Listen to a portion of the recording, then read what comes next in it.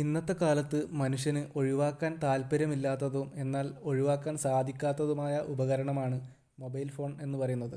അതുകൊണ്ട് തന്നെ മനുഷ്യൻ്റെ ഏറ്റവും അടുത്ത സുഹൃത്തും കൂടിയാണ് മൊബൈൽ എന്ന് വേണമെങ്കിൽ പറയാം. ഇത്രത്തോളം നമ്മളെ മൊബൈലിലേക്ക് ആകർഷിക്കാൻ കാരണം ഇതിൻ്റെ കണ്ടുപിടുത്തം തന്നെയാണ്. ആരാണ് മൊബൈൽ കണ്ടുപിടിച്ചത്, അല്ലെങ്കിൽ എന്തിനു വേണ്ടിയാണ് മൊബൈൽ കണ്ടുപിടിച്ചത്? പണ്ട് ലോകമഹായുദ്ധ കാലത്താണ് ആദ്യമായി മൊബൈൽ ഫോൺ എന്ന ഉപകരണത്തിൻ്റെ ആവശ്യകത കൂടുന്നതും ഇത് കണ്ടുപിടിക്കാനുള്ള തുടക്കം കുറിക്കുന്നതും. അന്ന് ആശയവിനിമയത്തിനായി 1876 അലക്സാണ്ടർ ഗ്രഹാം ബെല്ലിൻ കണ്ടുപിടിച്ച ടെലിഫോൺ ഉണ്ടായിരുന്നെങ്കിലും യുദ്ധകാല സമയത്ത് ആശയവിനിമയത്തിനായി ടെലിഫോൺ ഉപയോഗിക്കുന്നതിനും വയർലെസ് ഉപയോഗിക്കുന്നതിനും ചില പരിമിതികൾ ഉണ്ടായിരുന്നു. വളരെ ദൂരെയിരുന്ന് വയറുകളൊന്നുമില്ലാതെ സംസാരിക്കാനും എളുപ്പത്തിൽ കൈകാര്യം ചെയ്യാനും സാധിക്കുന്ന ഒരു ഉപകരണം അത്യാവശ്യമായിരുന്നു അവർക്ക്. ഈ സാഹചര്യത്തിൽ ടെലിഫോൺ തിരഞ്ഞെടുക്കാൻ സാധിക്കുമായിരുന്നില്ല.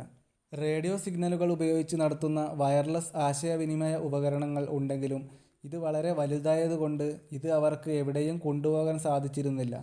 അതുകൊണ്ട് നിലവിലുള്ള വയർലെസ്സിനെ മെച്ചപ്പെടുത്തി മൊബൈൽ ഫോൺ എന്ന ആശയം രൂപം കൊള്ളുകയായിരുന്നു. പക്ഷേ 1940കളിൽ തന്നെ മൊബൈൽ ഫോണിൻ്റെ ആദ്യകാല ആശയങ്ങൾ രൂപപ്പെട്ടിരുന്നു.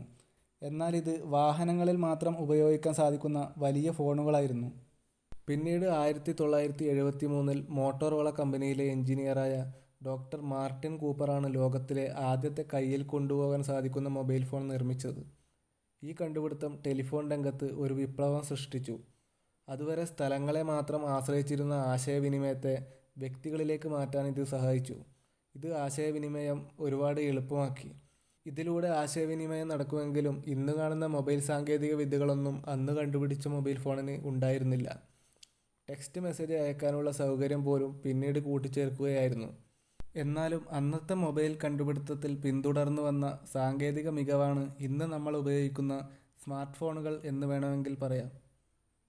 അപ്പോൾ ഗൈസ്, വീഡിയോ ഇഷ്ടപ്പെട്ടാൽ ലൈക്ക് ചെയ്യുക, സബ്സ്ക്രൈബ് ചെയ്യുക. അപ്പോൾ അടുത്തൊരു വീഡിയോ ആയിട്ട് വീണ്ടും കാണാം ഗൈസ്.